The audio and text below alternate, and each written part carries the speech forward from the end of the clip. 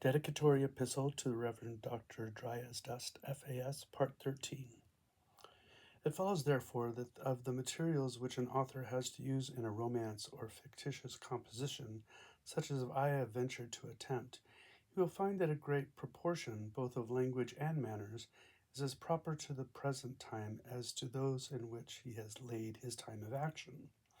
The freedom of choice which this allows him is therefore much greater, and the difficulty of his task is more diminished than at first appears.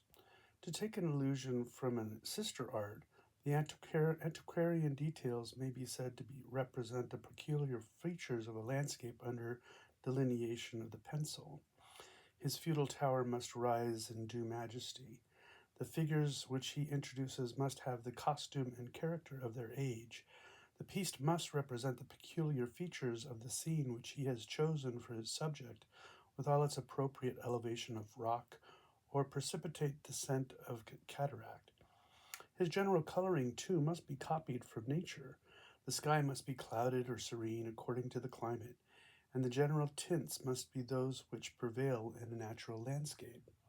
So far the painter is bound down by the rules of his art to a precise imitation of the features of nature, but it is not required that he should descend to copy all her more minute features, or represent with absolute exactness the very herbs, flowers, and trees with which the spot is decorated. There, as well as all the more minute points of light and shadow, are attributes proper to scenery in general, their nature to each situation, and subject to the artist's disposal as his taste or pleasure may dictate.